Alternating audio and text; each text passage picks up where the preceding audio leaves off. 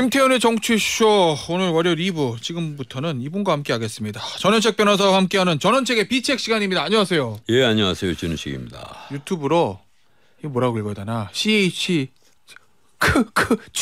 취님인가?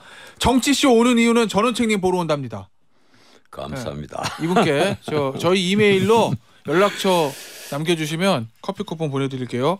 커피 쿠폰 많이 좀 보내주세요. 그런 분에게는. 아유, 그걸 많이 드려야죠. 예, 드립니다. 예, 그래서 전원책님 보러 온다고 하신 CHECH님께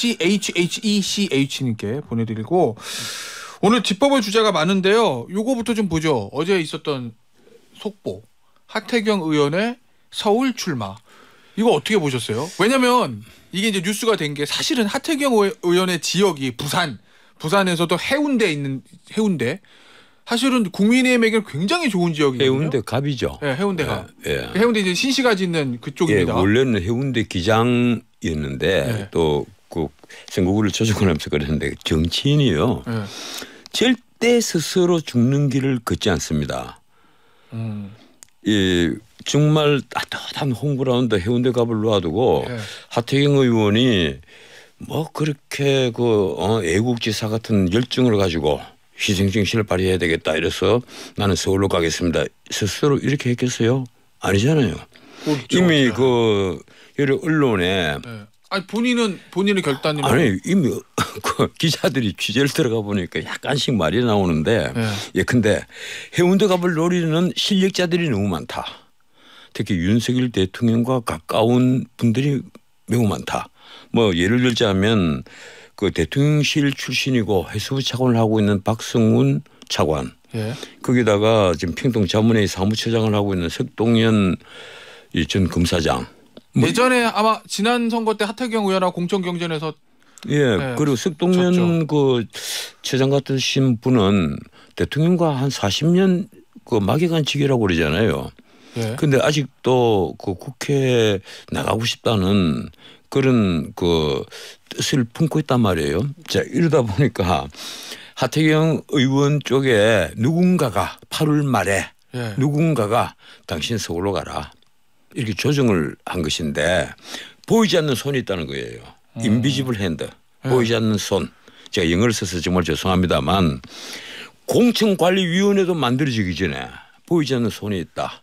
만약에 이런 것이 사실로 드러날 경우에 네. 국민의힘에는 치명적인 독소가 되어버립니다. 그 얘기는 하태경 일단 우리 전원책 변호사님 개인 생각이지만 내 개인 생각 아니에요. 아니에요? 내가 여러 언론을 쫙 그 스크린을 해보니까 이미 이런 기사들이 일부분 나오고 있단 말이에요. 뭐 석동현 검사장이나 박성훈 차관의 출마 희망 얘기는 예전부터 있었던 그 얘기는 됐었는데. 당연히 있는 것인데 네. 자 8월 말에 누군가가 얘기를 했다는 이 기사까지 나와 있습니다. 아, 그래요? 그럼 하태경 의원이 어쩔 수 없이 해운대를 버리고 서울로 올 수밖에 없었다? 제가 드리는 말씀은 네. 정치인은요 스스로 죽음의 길을 절대 걷지 않습니다. 그러니까 지금 당장 민주당의 이재명 대표 보세요. 스스로 죽는 길은 절대 걷지 않아요. 네. 끝까지 살아남기 위해서 발부둥을 친단 말이에요. 네. 그런데 하태경 의원이 멀쩡한 삼선 의원이 그것도 중진 의원이 뭐하러 내가 서울로 가겠다. 그것도 정청래에 있는 곳으로 가겠다. 이런 에드블린을 북 띄우겠습니까? 뭐 정청래 의원의 마포로 아직 가겠다고 한 건 아니고 당에서 물론 나오는 것 같은데. 그곳이 내가 사는 곳이니까. 그래서 내가 해운대 갑에 내가 출마를 해버리든지 마포에 내가 출마를 해버릴까. 근데 변호사님 이런 건 있잖아요. 뭐 물밑에서 뭐 어떤 일이 있었는지는 그렇다 치더라도 겉으로 드러난 건 삼선 중진 의원이 너무 좋은 지역을 버리고 서울에 험지 출마를 자청했다는 요거. 그렇죠. 이것만 보면은 예. 국민의힘에게는 호재라고 보는 수 있는 거 아니에요? 그것만 딱 들여놓고 보면 호재죠. 그러니까 민주당 김도관 의원이 예. 뭐 자기도 김포에 왔다가 또 양산에 내려갔다 했지 않습니까? 이 김도관 의원이 여당발 변화바람을 느꼈다 이러면서 이것이 혁신이다. 예, 예. 그럼 민주당도 빨리 바뀌어야 한다. 예. 막 이런 얘기를 어제 막 쏟아낸 거예요. 예. 그런데 이 혁신이라는 것이요. 그 가령 중진 의원이 자기 지역구 버리고 서울로 올라왔다. 뭐 이런 것들이 그 혁신으로 비칠까요? 제가 보기로는 이렇습니다. 지금 국민의힘이든 민주당이든 현역 의원들에 대해서 유권자들 국민들이 엄청난 실망을 하고 있단 말이에요. 그러니까 선거 때마다 총선 때마다 물갈이란 말이 나옵니다.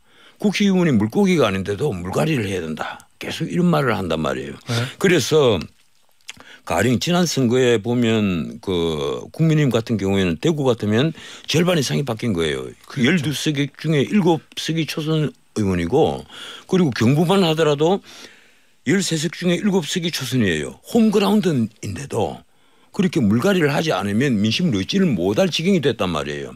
그만큼 지금도 올해도 마찬가지입니다.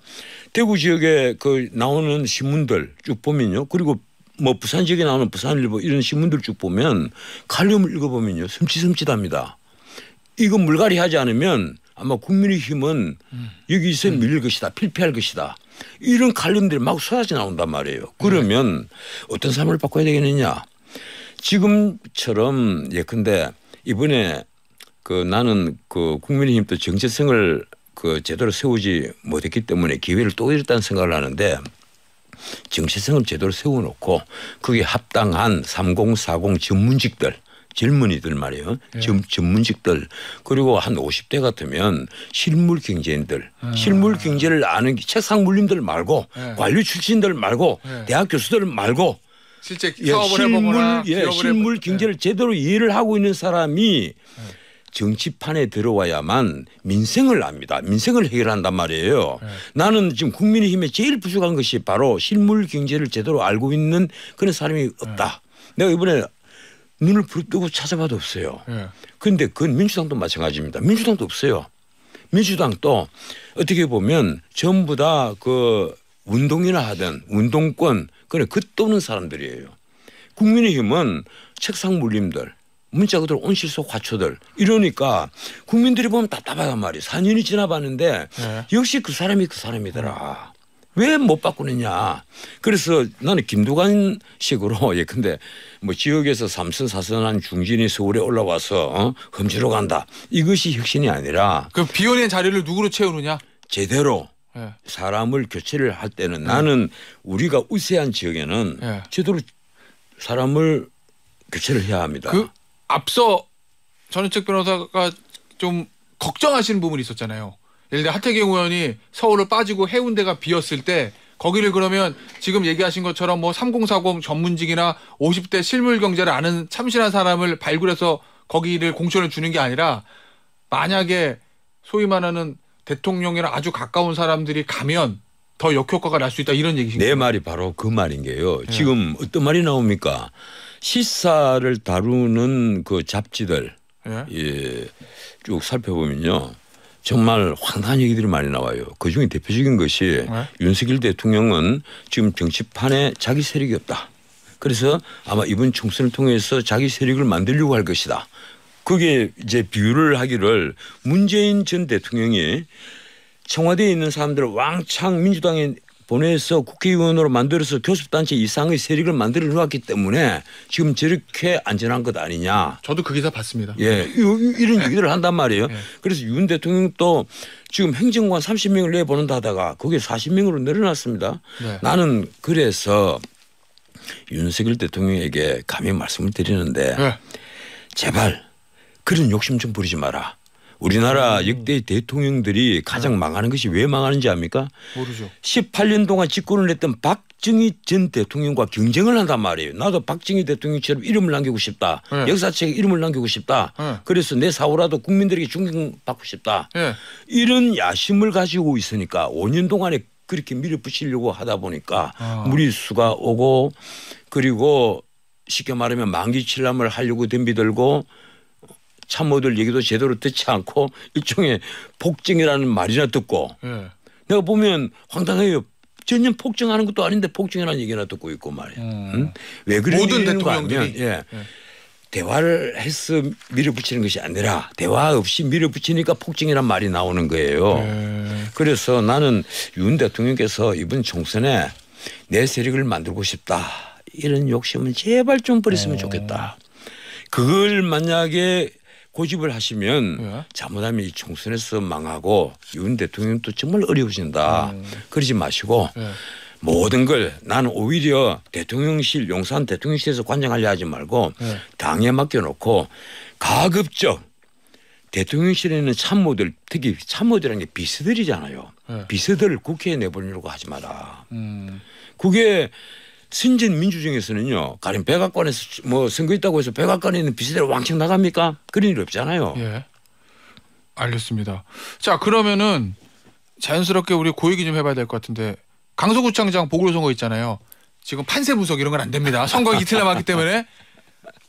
만약에 이제 국민의힘 얘기를 하고 있으니까 뭐 국민의힘이 이기면 뭐 지금대로 쫙 가겠지만 분위기 좋으니까, 만약에 국민의힘이 지면 그러면 용산과 당의 역학관계라든지 그다음에 국민의힘 지도부의 운명 이런 건 어떻게 될 거로 이 보세요? 강서구청장 그 선거를 왜 이게 전국 선거로 만들어 놓고 왜 총선 전초전이다 혹은 뭐 윤석열 정부 중간평가다 이런 말까지 나오고 있어요. 나 깜짝 놀랍니다. 민주당에서 예. 지금 정권 심판이 롤을 띄우고 있죠. 일개 기초 자치단체장 선거인데 그 선거를 왜 이렇게 키워놨냐 말이에요.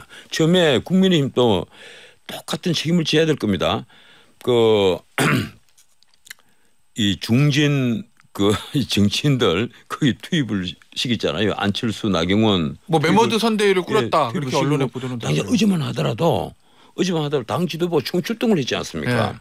그래서 만약에 패배를 했을 경우에 그 후유증은 지금 뭐 그 전 대표라고 해야 됩니까? 이준석 전 대표가 지난번에 라디오에서 그런 얘기를 하더구만요.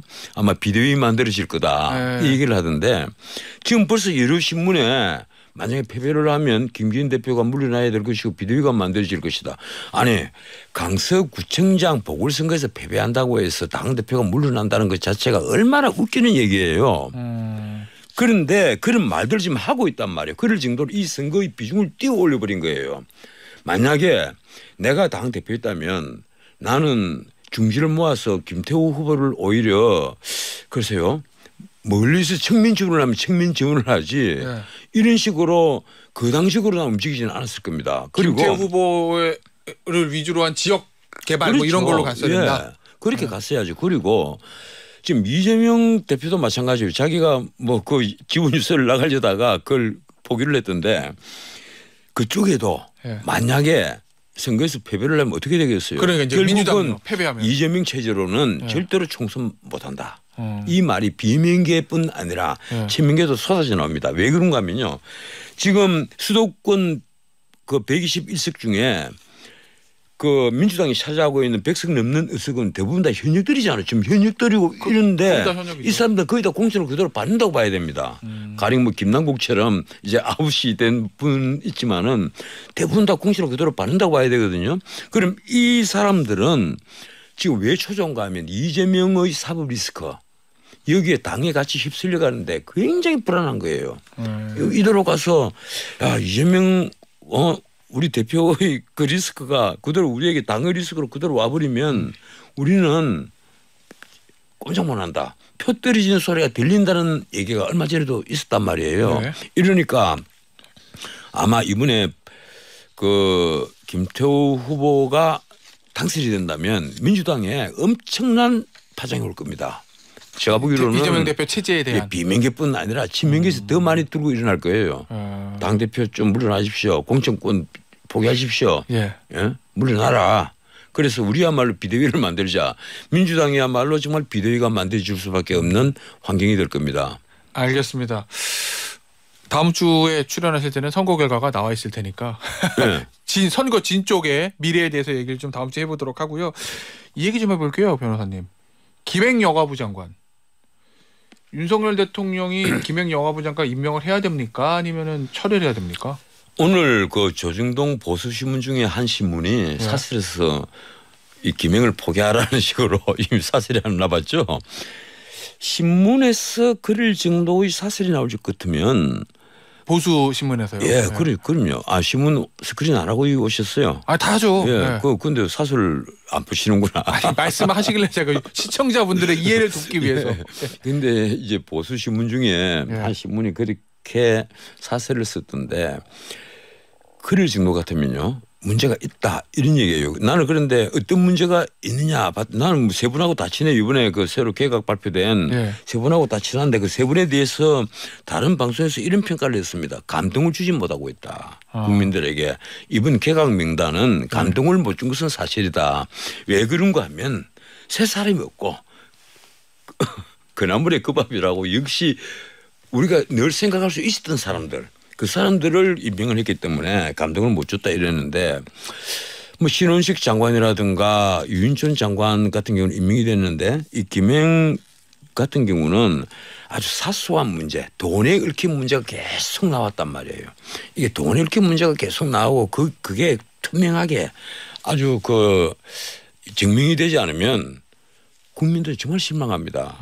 그런데 다만 이번에 그 청문회 때는 난 민주당의 얘기가 나 좀 틀렸다고 봐요. 제가 보기에도 권인숙 위원장이 후보자에게 그러지만 사퇴하시던가 이 말씀하시는 거죠? 사퇴하시던가 이랬단 말이에요. 절대 해서는 안 된 말이죠. 위원장이 왜 그런 말을 해요? 위원장이 그런 말을 하면 안 되는데 문제는 이 정회를 하고 나서 나가서 들어오지 않았다는 데 있습니다. 네. 이색을 했단 말이에요. 네. 그런데 과연 이걸 우리가 어떻게 봐야 될까? 네. 제가 보기로는 지금이라도 그 김행 후보자가 그 점에 있어서는 자기 입장을 제대로 좀 밝혔으면 좋을 것 같아요. 그런데 주말 동안 입장 발표가 없긴 했어요. 그 부분에 대해서. 그 부분에 대해서 입장을 좀 밝혔으면 좋겠는데 아직까지 오늘 아침까지 내가 조심히 봤는데 뭐 입장문 하나 나온 것도 없고 그리고 또 하나 제가 말씀드리고 싶은 것은 저는 청문회 과정을 그 부분 다 짜깁기 된 것을 봤습니다마는 김행 후보자도 좀 서툴고 가령 고개는 고개 숙이는 것은 배가 익을수록 숙이는 겁니다. 좀 그 김행 후보자도 좀 서툴고 그리고 질문하는 그 민주당 의원들은 민주당 위원들은 더 서툴고 그래서 어쨌든 청문회는 파행이 됐고 그리고 김행 후보자는 마지막에 이석을 하고 다시 돌아오진 않았고 입장 발표는 아직까지 없는 이 상황에서 지금 두 사람을 임명했잖아요. 신원식 장관하고 유인촌 장관은. 근데 아직은 언론 보도에 따르면 임명할 것 같기는 한데 국회 상황을 좀 보는 것 같다. 요게 지금까지 저 기사 톤인 것 같거든요. 그런데 이 법률적으로 문제가 어떻게 될지는 모르겠어요. 청문회에 중간에 퇴장을 했단 말이에요. 그리고 그게 그 청문회 다시 이제 청문회가 계속이 됐는데 들어오지 않았다는 거예요. 뭐 민주당 단독이든 그 아니든 간에 아니든 간에 그런데 이 경우에 가령 뭐 청문 보고서를 채택할 수는 없는 거는 당연할 텐데 과연 이것을 청문회를 거쳤다고 봐야 되는 겁니까? 거치지 않았다고 봐야 되는 겁니까? 뭐 법률적인 해석에 대해서 이견이 있을 수 있겠으나 어쨌든 그럼 정치적으로만 보면 윤석열 대통령이 지금 임명을 하는 것이 맞다고 보세요? 아니면은 여기서 철회라는 것이 맞다고 보세요? 지금 윤 대통령이 아직 하나도 양보를 안 했잖아요. 지금까지 양보한 게 하나도 없잖아요. 그런데 이번에 김행 후보자는 정말 이 김행 후보자가 내 얘기를 들으면서 수하게 생각할지 모르겠는데 김행 후보자의 지금 거론된 문제는 비상장 주식 문제들 그리고 뭐 돈에 연관된 여러 가지 문제들 이런 문제들이에요. 그래서 이 문제를 말끔하고 깨끗하게 제가 보기로는 해명이 안 됐어요. 민주당의 주장도 질문도 엉터리들인데 문제는 김행 후보자의 답변 자체가 아주 국민들이 듣기에는 깨끗하지 못했다는 얘기예요. 그렇다면 굳이 나는 그 여성가족부 어차피 없애겠다는 부처잖아요. 내가 보기에 이걸 뭐 양성평등위원회로 앞으로 만들었으면 좋겠다는 생각을 저는 하고 있는데 어쨌든 윤 대통령께서 국민들 앞에 이런 부분에 있어서 한 번 정도 자 그러면 이번에 나는 양보하겠다. 처리하는 것이 맞다. 아마 국민들이 오히려 나는 대통령의 뜻을 다 더 깊이 받아들이지 않겠느냐 이런 생각을 합니다. 알겠습니다. 이균용 대법원장 후보자가 낙마한 건 어떻게 보십니까? 글쎄요. 그 심지어 그 이재명 그 이 구속영장 기각까지 해주는데 법원에서 예, 홍준표 대구시장이 똑같은 얘기를 했더라고요. 네, 홍준표 대구시장의 얘기는 이겁니다. 이재명 대표 영장 기각해줬는데 야당이 은혜도 모르고 배은망덕한 이게 것이다. 배은망덕하다 이런 나는 뭐 배은망덕하다까지는 얘기를 안 하겠습니다만 아마 그 구속영장 기각을 할 때는 그 얘기를 아무도 그 당시에는 안 하던데 나는 아마 이 대법원장 그 인준 문제와 네. 이 영장 담당 판사 입장에서는 네. 신경을 안 쓸 수가 없단 말이에요. 만약에 이건 저 개인의 추정이지만 영장이 발부되면 물론 그건 제 생각인데 야당이 격앙될 거고 만약 영장을 발부를 하면 네. 야당은 전부 다 격앙을 하죠. 네. 그리고 그때는 비명 친명 없이 일단 비명도 같이 휩쓸려 갈 수밖에 없는 거예요. 네. 그렇다면 대법원장 후보가 낙마를 하는 셈이 되는데 아마 그 점을 나는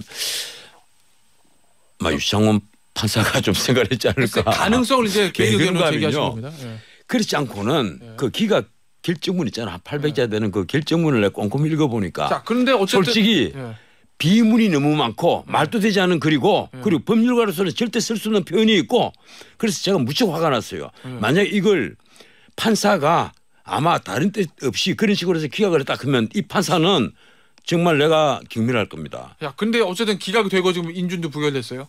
글쎄 말이에요. 그러니까 내가 민주당도 정말 해도 너무한다. 지금 그 대법원장은 지금 그렇게 여러 말이 또 나옵니다. 대법원장 앞으로 또 다음 대법원장 또 부결시킬 거다. 그러면 앞으로 계속해서 이제 직무대행으로 갈 텐데 그렇게 하면 직무대행이 이제 후임 대법관 추천권 이런 거 다 행사할 거 아니에요. 그건 또 법률적으로 좀 쟁점이 되긴 할 건데. 쟁점이 될 텐데 일선에서는 그런 주장을 벌써 하고 있단 말이에요. 네. 자, 그러면 이걸 앞으로 어떻게 해야 될 건가 모르겠습니다. 제가 보기로는요. 민주당도 총선이 다가오면 아마 이런 데 대해서 후회를 할 겁니다. 이런 것이 국민들에게 얼마나 많은 실망을 주는 건지 알겠습니다. 총선 되면 자기들이 깨닫게 돼요. 네. 목리를 부를수록 표를 깎이게 되고 그리고 민주당은 망하는 길로 간다. 자, 마지막 1분 30초 남았는데 오늘의 비책은 누구에게 어떤 비책을? 윤석열 대통령에게 말씀을 드려야죠. 어떤 왜 그런가 하면 지금 여당의 최고 권력자는 윤 대통령입니다. 김기현 대표가 아니라 윤 대통령께서 나는 이번 총선에 정말 욕심을 버려라. 그 길이 오히려 승리의 길이다. 내가 그 민주당을 거론하자면요. 민주당은 이재명 대표가 구속영장이 기각됨으로써 민주당은 망하는 길로 접어들었습니다. 난 그렇게 생각을 해요. 그런데 국민의힘이 오히려 이 총선에서 그러면 이기려면 어떻게 해야 되느냐. 문자 그대로 사람을 바꿔야 됩니다. 사람을 바꾸는데 제발 용산 대통령실이 여기에 개입하는 생각을 애초 버리시고 흔적도 남기시면 안 되고 그리고 행정관을 30명 내보내야 된다. 40명 내보내야 된다. 그래서 대통령실이 40명을 행정관을 내보내면 일이 어떻게 되겠어요. 그러면 국민의힘 필패합니다. 제발 그렇게 하지 마시라. 알겠습니다. 대통령이 비서는 비서로 남겨두십시오. 예, 알겠습니다. 전원책 변호사의 윤석열 대통령을 향한 비책 제안이었습니다. 오늘 여기서 마무리하도록 하죠. 전원책 변호사였습니다. 감사합니다. 예, 고맙습니다.